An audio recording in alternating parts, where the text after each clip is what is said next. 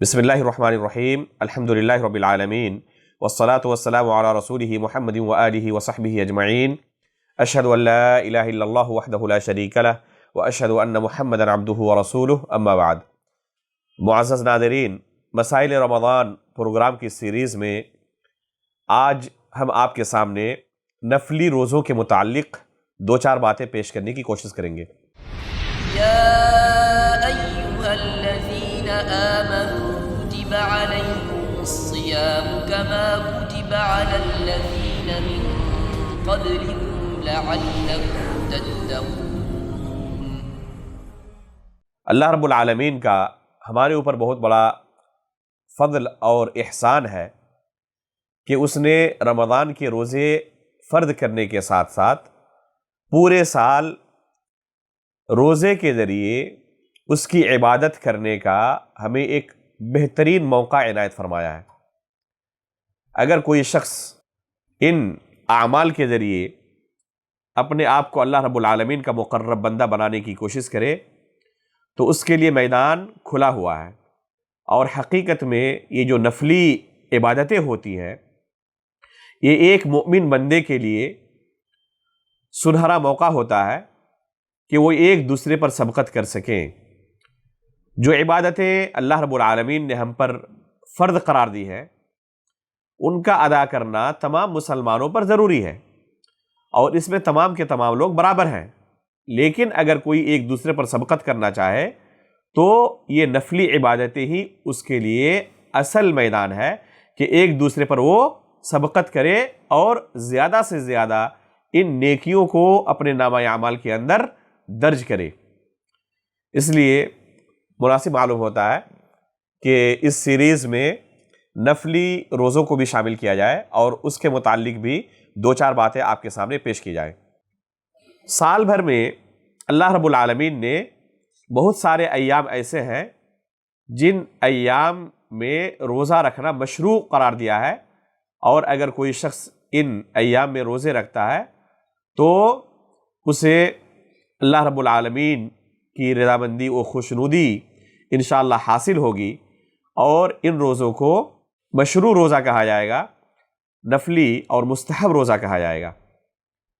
البتہ ایک انسان کے لیے گنجائش ہے کہ ان ایام کے علاوہ بھی بغیر کسی تخصیص کے کسی بھی ایسے دن میں اگر کوئی شخص روزہ رکھنا چاہے جس دن روزہ رکھنے کی شریعت کی طرف سے ممانعت نہیں ہے تو اس کے لیے میدان کھلا ہوا ہے، اس کے لیے وسعت ہے کہ وہ چاہے جس دن اللہ رب العالمین کی رضامندی کے لیے روزہ رکھنا چاہے رکھ سکتا ہے، اس میں کوئی حرج نہیں ہے۔ البتہ بعض ایام ایسے ہیں جن ایام میں روزہ رکھنا مستحب ہے، مشروع ہے۔ سب سے پہلے ہم ذکر کریں گے ان نفلی روزوں میں سوموار اور جمعرات کا روزہ۔ اللہ کے رسول صلی اللہ علیہ وسلم کی احادیث میں اس بات کا ہمیں ثبوت ملتا ہے کہ ہر ہفتے سوموار کے دن اور جمعرات کے دن روزہ رکھنا مستحب ہے، مشروع ہے۔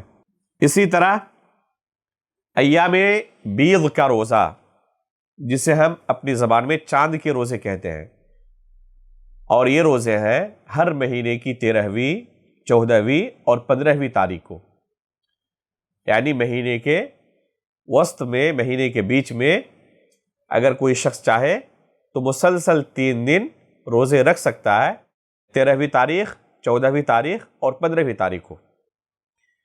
اسی طرح ماہ شعبان کے اکثر ایام میں اگر کوئی شخص چاہے تو روزہ رکھ سکتا ہے۔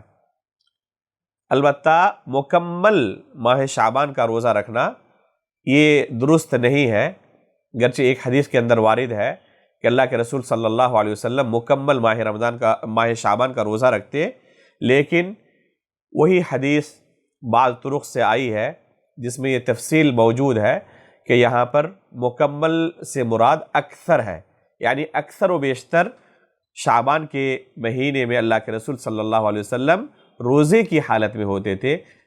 بہت کم دن ایسے ہوتے جن دنوں میں اللہ کے رسول روزے کی حالت میں نہیں ہوتے۔ تو یہ ہر شخص کے لیے، پوری امت کے لیے مشروع ہے کہ وہ ماہ شعبان کا روزہ رکھے۔ البتہ 15ویں شعبان کے بعد روزہ رکھنے کے متعلق ایک حدیث ہے جس سے بعض لوگوں کو کنفیوژن اور شبہ ہوتا ہے کہ کیا 15ویں شعبان کے بعد نفلی روزے ہم رکھ سکتے ہیں یا نہیں رکھ سکتے۔ وہ حدیث ہے اذا انتصف شعبان فلا تصوموا۔ یہ حدیث گرچہ بعض علماء نے اسے حسن یا صحیح قرار دیا ہے، متقدمین محدثین کی ایک جماعت نے اسے معلول قرار دیا ہے۔ مثلا عبد الرحمن بن مہدی رحمہ اللہ، امام ابن معین، امام احمد بن حنبل، بیہقی، طحاوی اور بہت سارے علماء نے اس حدیث کو معلول قرار دیا ہے کہ اس کے الفاظ ثابت نہیں ہیں، کسی راوی سے وہم ہوا ہے اسے نقل کرنے میں۔ اس لیے راجح یہی ہے کہ 15ویں شعبان کے بعد بھی اگر کوئی شخص نفلی روزے رکھنا چاہے تو رکھ سکتا ہے۔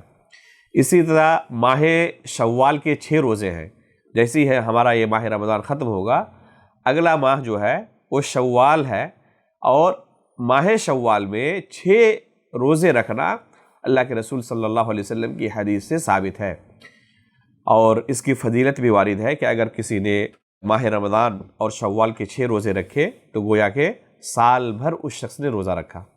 اسی طرح عاشوراء اور عرفہ کا روزہ ہے۔ عاشوراء کا روزہ محرم کی 10ویں تاریخ کو مشروع ہے، اور اس سے پہلے ایک دن 9ویں تاریخ کو اللہ کے رسول صلی اللہ علیہ وسلم نے 10ویں محرم کو روزہ رکھا تھا، لیکن ساتھ میں آپ نے یہ خواہش ظاہر کی تھی کہ آئندہ سال اگر میں زندہ رہا تو یہود کی مخالفت میں 9ویں تاریخ کا بھی روزہ رکھوں گا۔ تو اللہ کے رسول صلی اللہ علیہ وسلم نے چونکہ یہ خواہش ظاہر کی تھی اور موقع نہیں ملا تھا، اگلا محرم آنے سے پہلے ہی ماہ ربیع الاول کے اندر آپ کی وفات ہو گئی، اس لیے خواہش رکھنے کی وجہ سے 9ویں تاریخ کا بھی روزہ رکھنا 10ویں تاریخ کے ساتھ مشروع ہے۔ البتہ بعض لوگ 9ویں اور 10ویں کے ساتھ 11ویں محرم کا یا 10ویں کے ساتھ 11ویں محرم کا روزہ رکھتے ہیں۔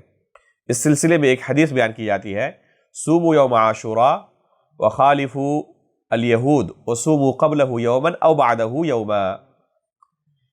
یہ حدیث اس بات کی دلیل ہے کہ عاشوراء سے ایک دن پہلے یا ایک دن بعد بھی اگر کوئی شخص روزہ رکھنا چاہے تو رکھ سکتا ہے۔ بعض علماء نے یہ حدیث او کی جگہ واو کے ساتھ نقل کیا ہے، یعنی صوموا قبلہ یوما وبعدہ یوما، یعنی عاشوراء سے ایک دن پہلے اور ایک دن بعد روزہ رکھو، اس طرح 3 روزے ہو جاتے ہیں۔ لیکن یہ حدیث ثابت نہیں ہے، یہ حدیث ضعیف ہے، قابل عمل نہیں ہے۔ صحیح حدیث کے مطابق صرف 10ویں تاریخ کا اور اس سے پہلے ایک دن 9ویں تاریخ کا روزہ رکھنا مشروع ہے۔ 9ویں اور 10ویں کے ساتھ 11ویں کا یا 10ویں کے ساتھ 11ویں تاریخ کا روزہ رکھنا صحیح سند سے ثابت نہیں ہے۔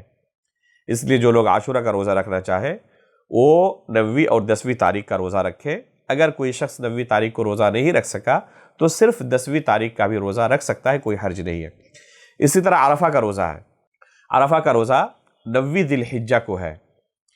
بعض لوگ سوال کرتے ہیں کہ جو لوگ سعودی عرب کے باہر ہوتے ہیں وہ عرفہ کا روزہ کس دن رکھیں؟ یہ ایک بہت ہی سلگتا ہوا موضوع ہوتا ہے۔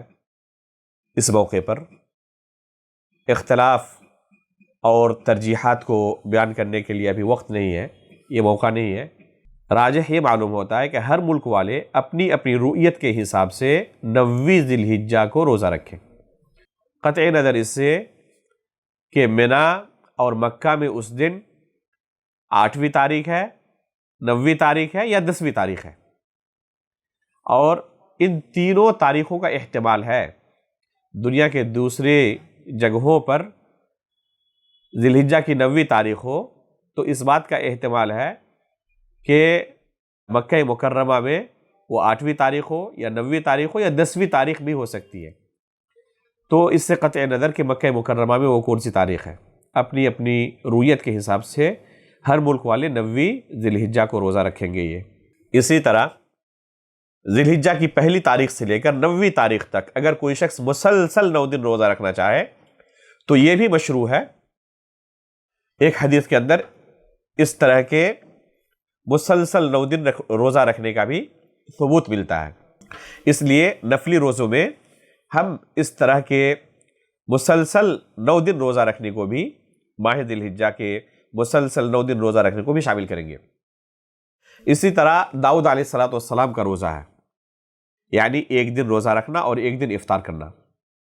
اللہ کے رسول صلی اللہ علیہ وسلم نے ایک حدیث میں بیان کیا ہے کہ سب سے بہترین روزہ داؤد علیہ السلام کا روزہ ہے۔